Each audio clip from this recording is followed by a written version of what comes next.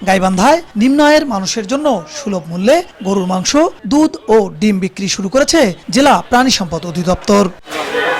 গাইবান্ধা জেলা প্রশাসক মোহাম্মদ মাসুদুর রহমান মোল্লা আনুষ্ঠানিকভাবে এই সুলভ বাজার কার্যক্রমের উদ্বোধন করেন। মাহে রমজান উপলক্ষে সাধারণ মানুষের কাছে কম দামে এসব পণ্য হাতে তুলে দিতে এই উদ্যোগ নেওয়া হয়েছে।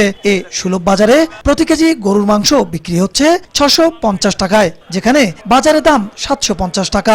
একইভাবে প্রতি লিটার দুধ 70 টাকার পরিবর্তে 60 টাকায় এবং প্রতিটি ডিম 10 টাকার পরিবর্তে 8 টাকায় বিক্রি করা হচ্ছে।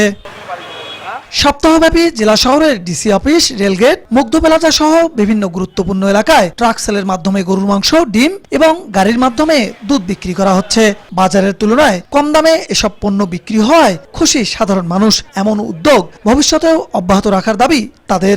সীমিত আয়ের মানুষ যারা আমরা আছি তাদের পক্ষে একটু সুবিধা হবে আর কি। বাজারে তো মাংস পানি থাকে আর শুকনা মাংস বিক্রি হয় না, এটা শুকনা মাংস 650 টাকা, এটা অবশ্যই ভালো উদ্যোগ। বাজারটা মনিটরিং করার দরকার, কেননা ওখানে 100 মাংস কিনলে আমরা পাই 3 পোয়া, আর হাড্ডিটা ওরা বেশি করে দিবে।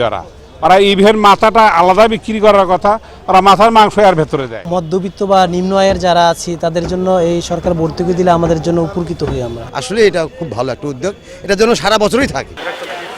সরকারের ভর্তুকির মাধ্যমে বাজারের তুলনায় কম দামে এসব পণ্য বিক্রি করা হচ্ছে, যাতে রমজানে নিম্ন আয়ের মানুষ সহজে প্রয়োজনীয় এসব খাদ্য সামগ্রী কিনতে পারেন। সবসময় মাংস কিনতে পারি না, তাদের সুবিধার জন্য রমজান উপলক্ষে আমরা এই সরকার এই পদক্ষেপ নিয়েছে। কার্যক্রমটা আমাদের আগামী 16 তারিখ পর্যন্ত চলবে।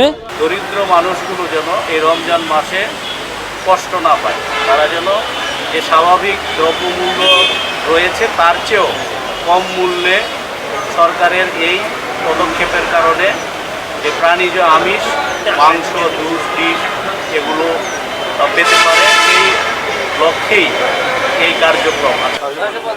বুধবার থেকে শুরু হওয়া এই কার্যক্রম চলবে আগামী 16 মার্চ প্রতিদিন সকাল 10টা থেকে বিকেল 5টা পর্যন্ত। বিপ্লব ইসলাম, সময় সংবাদ, গাইবান্ধা।